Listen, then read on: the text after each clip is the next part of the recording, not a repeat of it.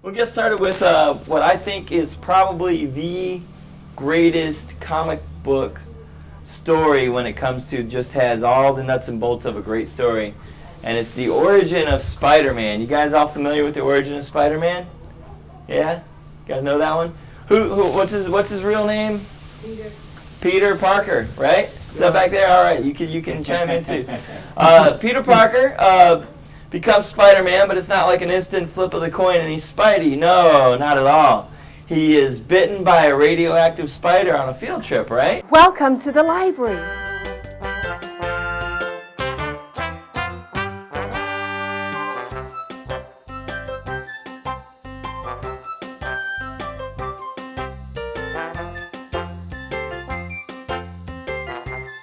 Let's go see a show.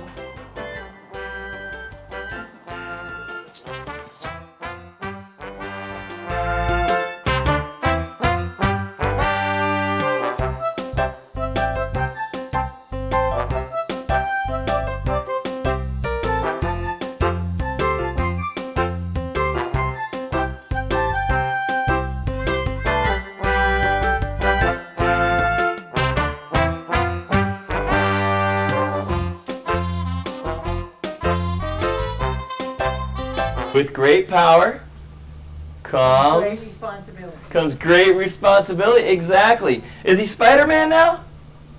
Yeah, he is. There you go. You can get bitten by a spider. You can do all sorts of really cool things, but until you learn that important lesson, that's when heroes are born, I think. And I think that's the root of every great story is a great message, something that, a profound sort of combination of words that you want to share with the world. And Stan Lee's combination of words was, with great power comes great responsibility. He writes all these stories about these superpowered characters. And each one of them, if you look deeper into their origins and what makes them that superhero, you'll see that there's something there beyond just the powers. And it's some sort of moral code or driving force that makes them not be the Joker and not be Lex Luthor and not be Doc Ock.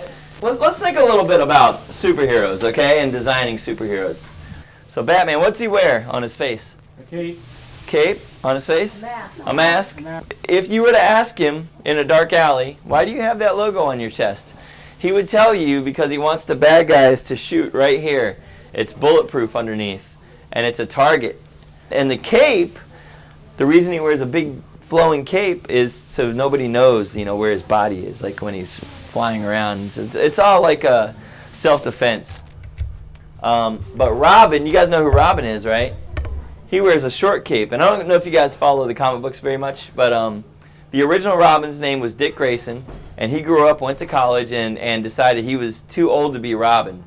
And he became another character named Nightwing. You guys know about Nightwing? No?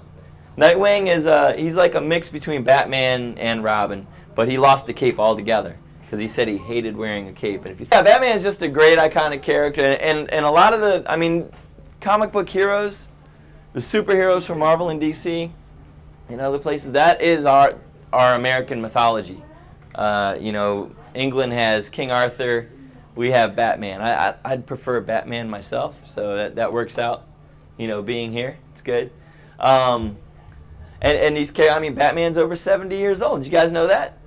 Batman was created in 1939, so that would be, he's 72 this year. He's looking good for a 72-year-old guy. Superman is 38, so that would make him 73. So there's the Bat logo. Good, we did. Now this is, they actually did wind up losing the yellow thing later, but I like that you put it in there because that really, I think it looks better myself. And let's do a Bat belt too, and a six-pack. Because all superheroes are all very physically fit, right? Why is that? You guys know why that is? So they can leap. They can leap, yeah? Because they're superheroes? They're superheroes, yeah. They keep themselves in top physical form. And also, I think because, you guys ever see Adam West in a Batman costume? He was not in top physical form, but if you're drawing pictures, you might as well, are you doing a not top physical form? That's a wide belt. I'm not used to drawing this size. Oh, okay, yeah. Sorry. It's okay. This is good. This is good. So six-pack. We need a six-pack. They call that. That's what they call that, right? There. There we go. Cool. So here we go, Batman. Now you can't see his eyes. Huh. What's Batman's real name? Adam Wayne. Adam West is the actor. Bruce Wayne. That's okay. Bruce Wayne played Batman, or is Batman.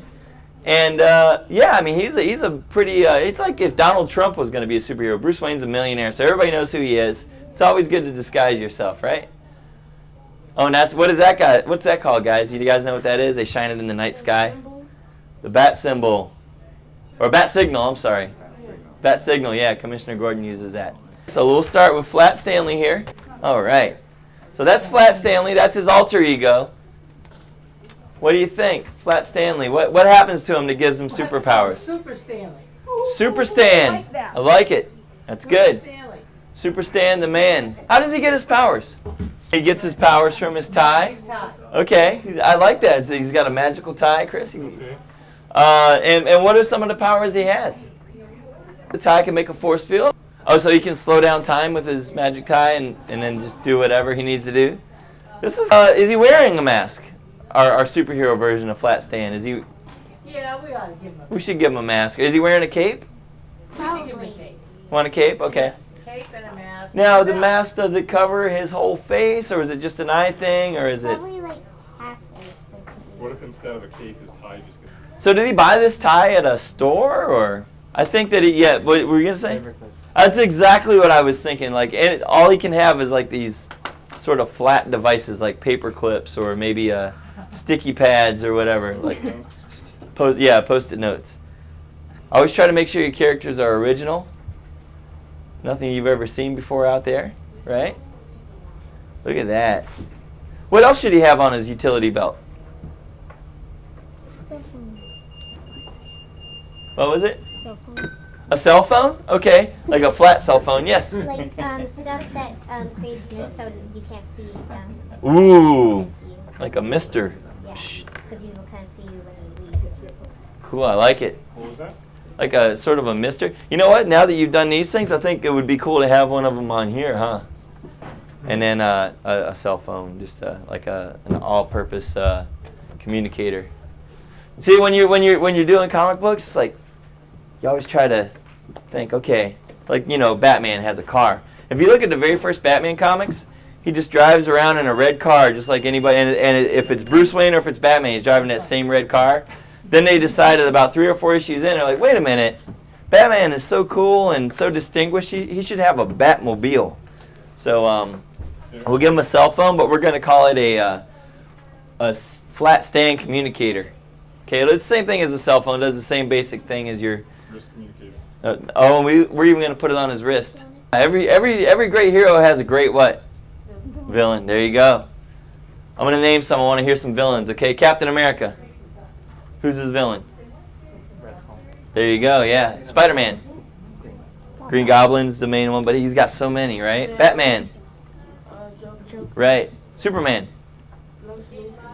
So as you can see, every great hero has an arch villain like that. What about Fantastic Four? I would think his... Dr. Doom. So here's his super tie. Check this out. And in comics, you know what's good? Do you guys ever read manga? Manga does this a lot. They do it in American comics too. They always exaggerate because you're not having an actor portray the role or anything. You're communicating first and foremost with the images that you're drawing. So exaggerate facial expressions, even though you might, like if you're surprised, you might just go like that. If in a comic book, it's like, oh, just to really communicate those emotions and those thoughts. And it's funny because if you look at a comic and you're reading it as just a reader, you don't even notice how exaggerated a lot of those things are. But take a closer look at your comics and images and picture books and notice how exaggerated a lot of the expressions are. I call him Adam Man, but I know a few other people named Adam Man. Well, the thing with his character is in the future, here in Los Angeles, there's a power plant. You know the power plant's over there by the beach? Mm-hmm. I was just by there. One of them just converted to nuclear power, so one of the neighborhoods got contaminated. So the government came in with these trucks that were decontaminating people. And the thing is, he was in one of the machines, and it gave him too much like decontaminating thing, I don't know what, and it just kind of like made him half radioactive. So then later he got into a gang. And then like the thing is, like they went to Las Vegas to go sell some stuff, and his friends wanted to keep all the money and get rid of him. So they were gonna like kill him in the desert, but then all of a sudden, all the governments in the earth decided that they have to get rid of nuclear weapons. But America has one left, and they didn't tell anyone. And then they said, you know what, we have to get rid of it, otherwise we're gonna get in trouble. So at that very second, it blew up. Both his friends got vaporized. But since he had a lot of that stuff in him, he survived, and he became like Adam-Man. So then he came back to the city, but he was like burned. He was horrible. Nobody wanted to look at him, so he put on a mask. And so he's been trying to like be normal, but every time like a bad guy or a monster comes away, he just has to fight it. Like this guy right here, he's the Atomic Skull. He's a really bad guy. The thing about this guy is he's already a character.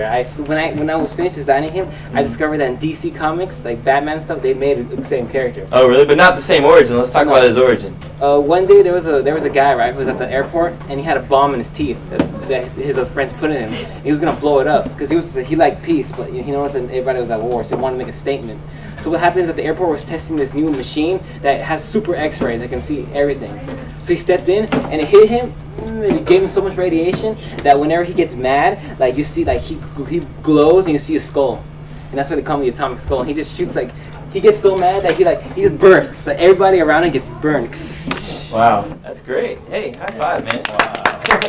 I think those are great ideas, and I like the fact that they're both kind of two sides of the same coin. Batman and Joker.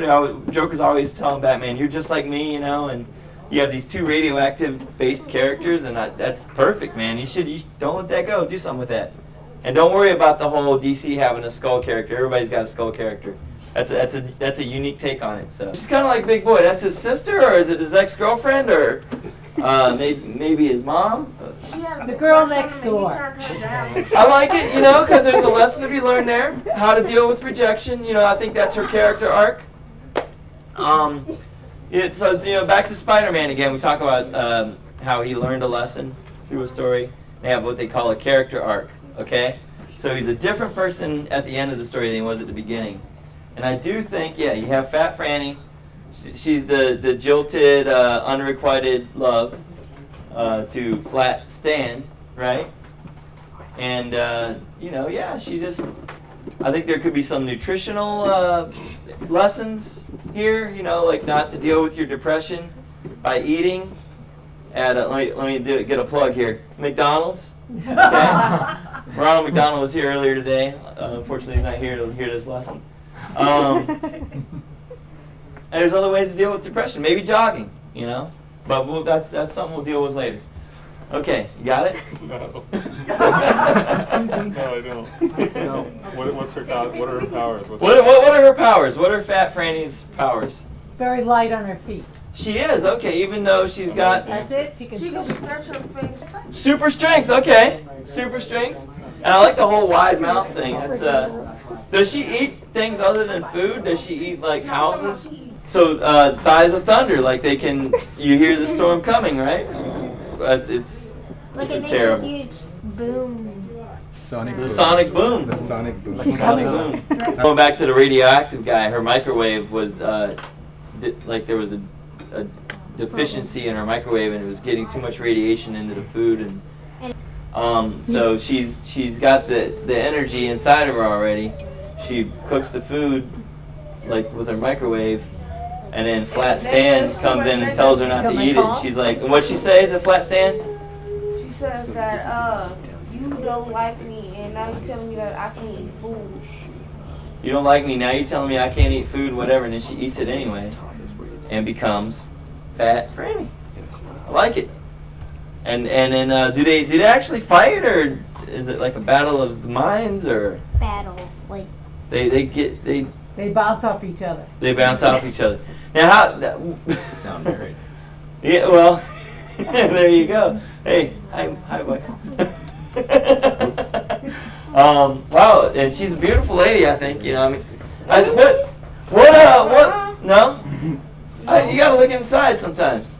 What lessons do you think Fat Frannie can learn? And also Flat Stan. Let's not let Flat Stan off the hook.